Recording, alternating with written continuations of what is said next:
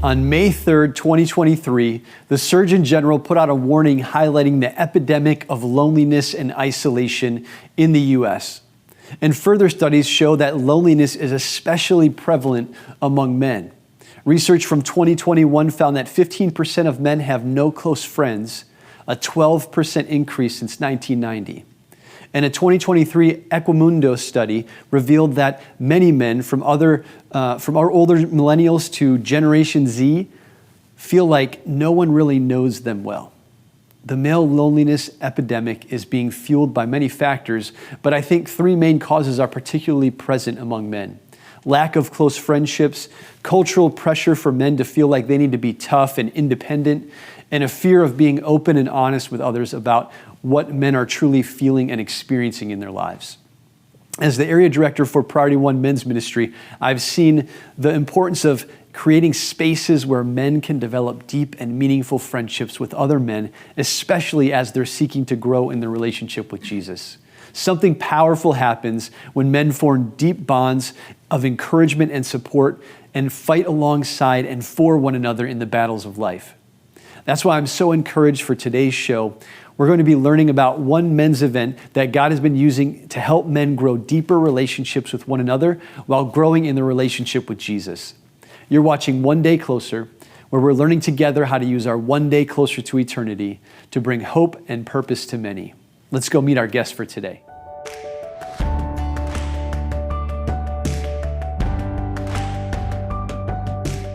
We're here today with John Groth, Area Director for Priority One, the Mid-Atlantic region.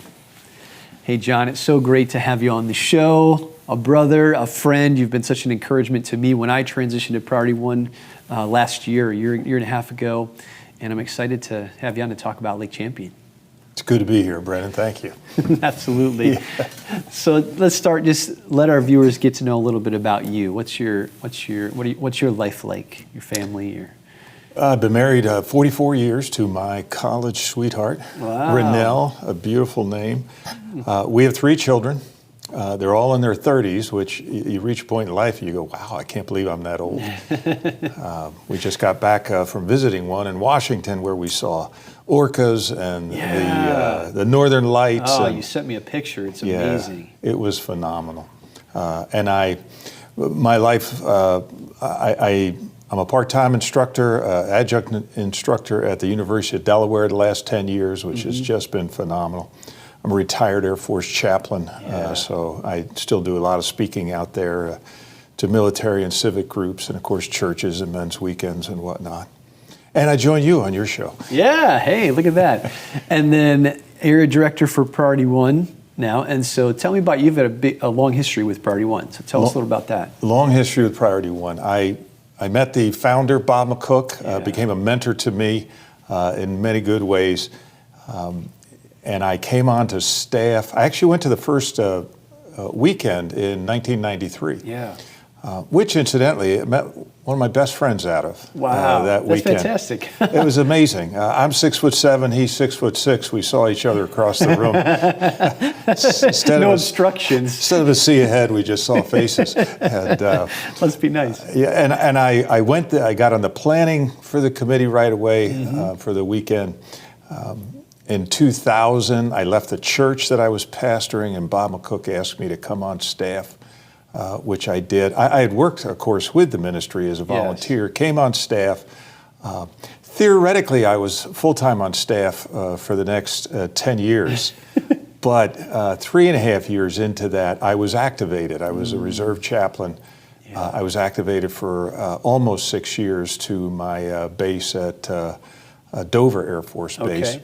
So I always joke I became a Priority One reservist. Yeah, there you go. So I was medically retired from the service in 2009. I had worked at Dover too long in the back of the mortuary at Dover Air Force Base, and it did me in. And I had PTSD and depression and whatnot. I saw too many young men and women come through the mortuary. So it was amazing. And I needed to be retired. I came back.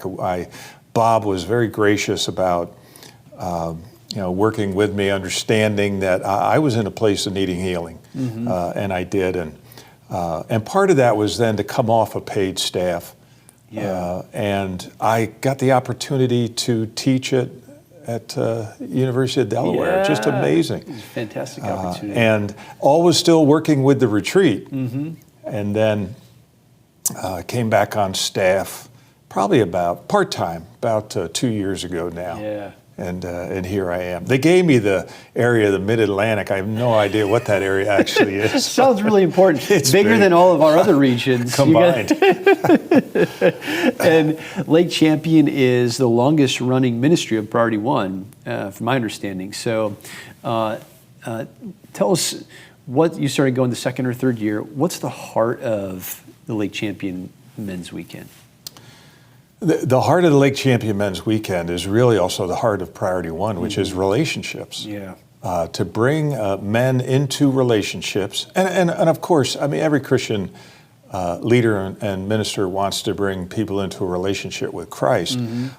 But that means to bring them into his church and into Christ's church and into relationship and real relationship. Yeah. Men, as you said, are notoriously lonely. And I have a theory that one of the worst, or the most lonely, I should say, are pastors. Yeah. And they need the opportunity to open up, to enjoy themselves, and that's what the weekend provides. It starts Thursday night and goes through Sunday morning.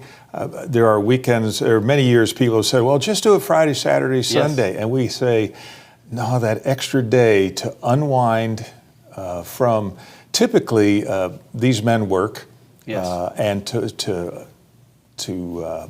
come off of their work culture and whatnot for a day is amazing.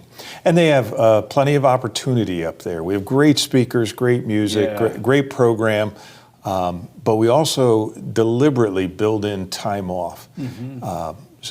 And some guys take naps, which is what they desperately need.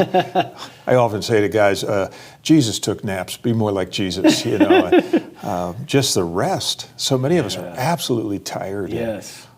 So men will come up there during that free time. They'll hang out with other men and just talk. Yes. And just talk about anything. Sometimes it's what the speaker said the night before. Sometimes they'll get into their businesses and whatnot. But then they begin to get real with each other, which is phenomenal. That breaks down the walls of loneliness.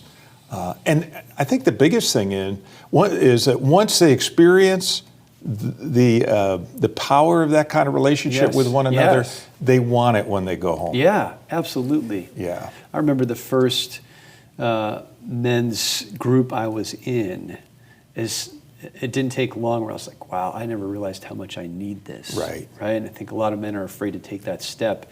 And Lake Champion is a great way for men to kind of ease into that and get a taste for it. I love that. We're going to take a quick break and then we'll come back and dive more into that. Sure.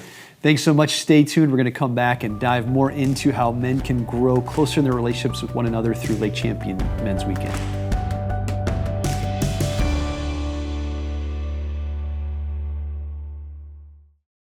Watch Lighthouse TV wherever you go. Available on Roku, Amazon Fire TV, and Apple TV.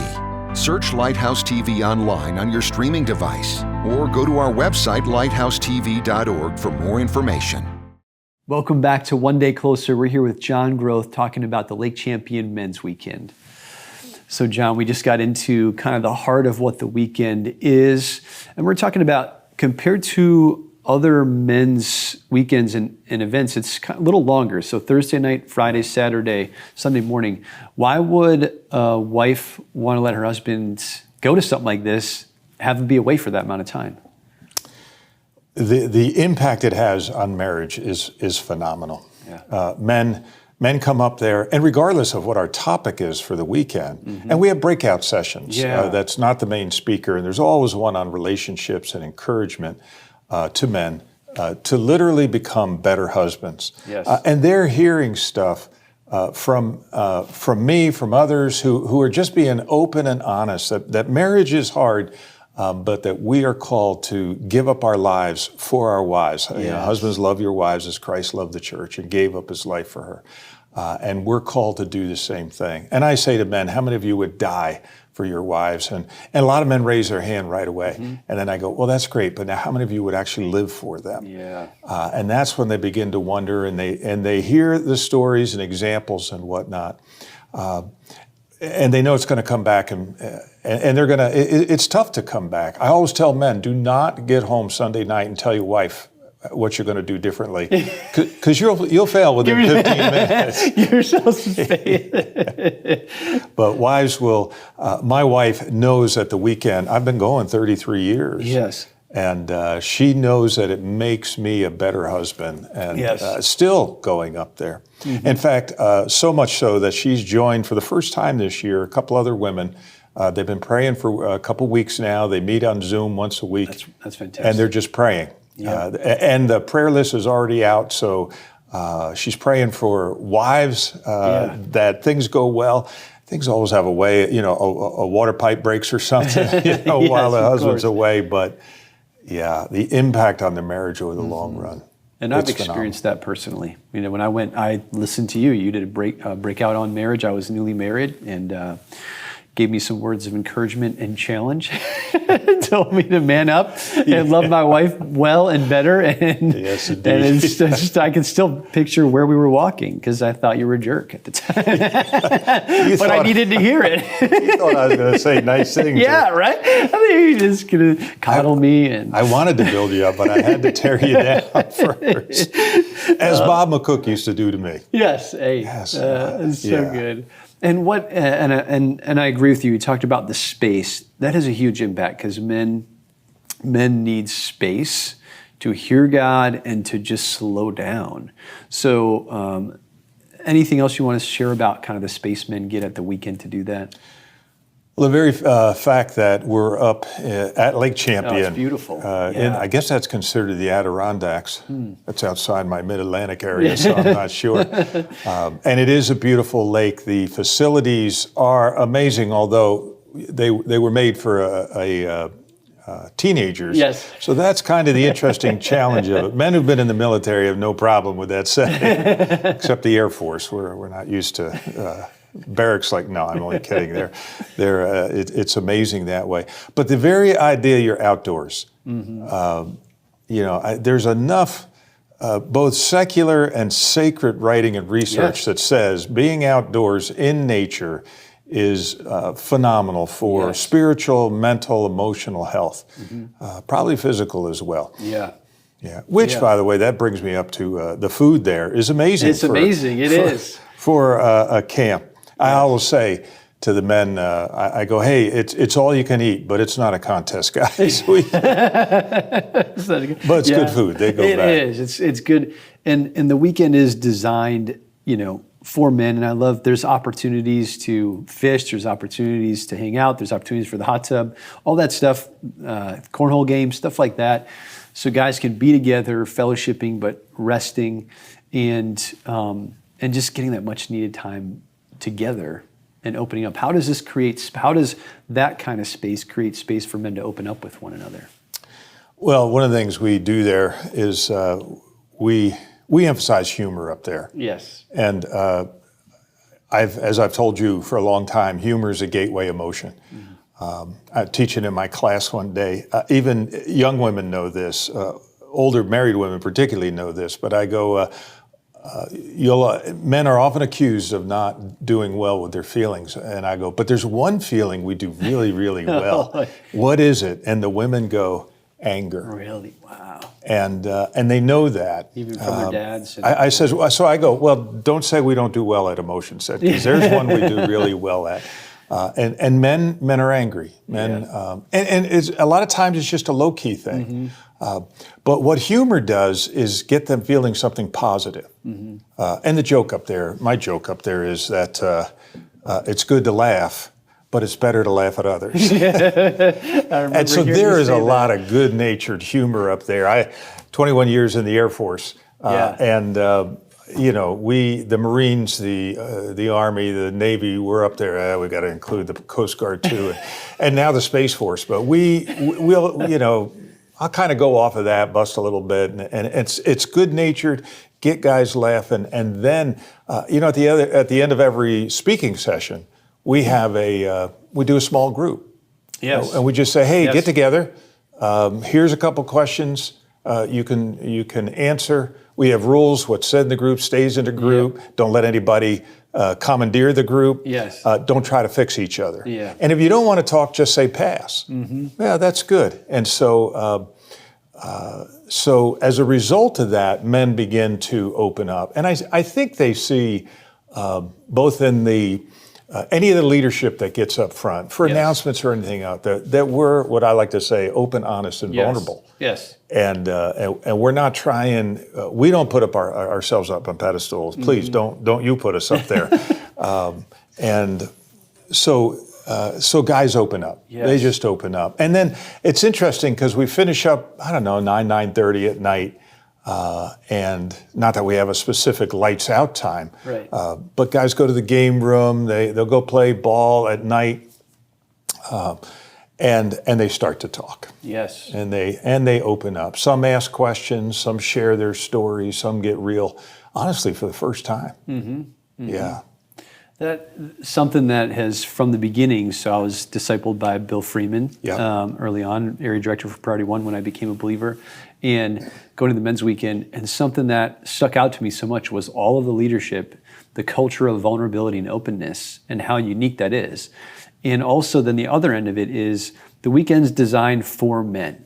It's not designed to be a time of just religious activity. It's designed to really connect with men. So tell me about some of the things that you do at Lake Champion to help connect with men where they're at. Well, one of the first things I've already mentioned is the humor. Yeah. And men they connect to that. I just remember, I actually brought a student from another country up from Newark. This was before I was teaching. And honestly, if I can say this, he was from China. I'll just tell you that he and his wife now call my wife and I mom and dad. Oh, wow. And they named their daughter Renelle, my wife's name. So, I mean, this is the kind of relationship we had. And I brought him up on stage and prepped him with the answers. Yes. But I had all these other guys up there, and I said, where are you from? And they're saying, I'm from Westchester, or I'm from Lehigh Valley. And we get to him, and he's the only Asian up there, and I say, where are you from? And he says, oh, I'm from Newark, Delaware. And I go, no, where were you made? And he says, I was made in China. Oh, well, everybody starts laughing. Yeah. And I had told him going up there, I go, hey, I'm in the leadership. I'm not going to be able to spend a lot of time with you, you know. Yeah. And so I see him the next day, and he comes up to me, and this is what he calls me. He goes, Dad, you made me a hero. Oh, wow. I go, what do you mean? He goes, everybody talks to me now. Wow. He says, before that, I just kind of silently went through groups, and now they stop and they talk, and we just get going and whatnot. So, What was the rest of your question? I'm thinking about it was just some of the uniqueness of how you're meeting men where they're at. And so I know some of the language, right? Try not to be overly religious in the lingo. And I've come to the conclusion that the only people who use the word partake in the Christian language are ministers. We do, the band will often play some secular songs. In fact, What? Yeah. Oh, we can't air this. Ooh, sorry about that. You're secular songs. Yeah, you know why? Because it's amazing. I actually did a sermon series starting with secular songs, and I had people, and I had my musicians play them, and they would sing along. The congregation knew them, stuff from the 60s and 70s and whatnot. And what's interesting is a lot of people like that music because it says something to their heart. It touches them for a longing that they have. Yeah. We did one last year for the first time about a son sitting there with his father who's on his deathbed. Yeah. And it's a secular song. And the singer, the band member who was singing it says to me, he's playing it, he's singing it, he looks up and he goes, men are weeping. Yeah. And he goes, I had to look back down or I was going to start. And he finished the song, and it's powerful. And then I get up and I speak to why that touches us. And part of it is the fear of death, the loneliness and whatnot. And then I go, so let's turn to a source of relationship And then I move us into worship, and the band takes us into worship through music. And it's prepared men's hearts as to why we go to worship. You know, in the church, many times we go to worship simply because somebody goes, let's stand up and go to worship. And we haven't really thought through the process of who are we going to worship? Why are we here? Why do we want to open our hearts up? And in a strange sort of way, the humor, the initial music opens them up. It's purposeful and Purposeful, yes. And music touches us in a way that other things don't. And so I really appreciate that. And then as we're closing, what do you say to the guy who's watching this and he's got an idea he wants to go, but he's just like, I don't know if I can do it. I don't know if I can do it. I would say take a risk, first and foremost. It's what real men do, is we take risks. I had to take a risk the first time I went. I was invited by this guy that I had met, Bob McCook, and I really didn't know. In fact, when I showed up at the retreat, I couldn't even remember what he looked like. I didn't know a single person there. But I knew I needed this as a 33-year-old man who had been pastoring for 8 years, and I needed it. I needed something. I knew it was there, and I knew that was going to be important. Why would you go? Because you're going to be challenged. You're going to change. There's a tagline that we use for the retreat sometimes that says 4 days that can last a lifetime. I met like I said, one of my best friends, Rob, and here we are 33 years later, still phenomenally good friends. We have shared so much together. We've been through times of brokenness in our marriages and whatnot, and struggles in just getting older, and it's amazing. And that's where it starts. You can actually either start friendships like that at the weekend, or you bring a friend, maybe it's somebody from your church or whatever, and now you rekindle something, or you kindle it for the first time. And it's amazing what takes place. There's some weekends where at the end of the weekend we give a prayer card to everybody and we say, write something you would like to pray about it, exchange it with one other man, agree to pray for each other for 30 days, and covenant to get together once. Yes. We had two guys exchange that card, and that's when they realized one was from New Jersey and one was from Ohio. But they honored it, and they got together in the middle of that time. And that's a friendship that's gone... That's over 25 years now. So powerful. Yeah, it is just so well worth it. Yeah. Well, thank you, John. This has been great. Thank you. Stay tuned. We're going to come back and talk about how we can apply this to our lives.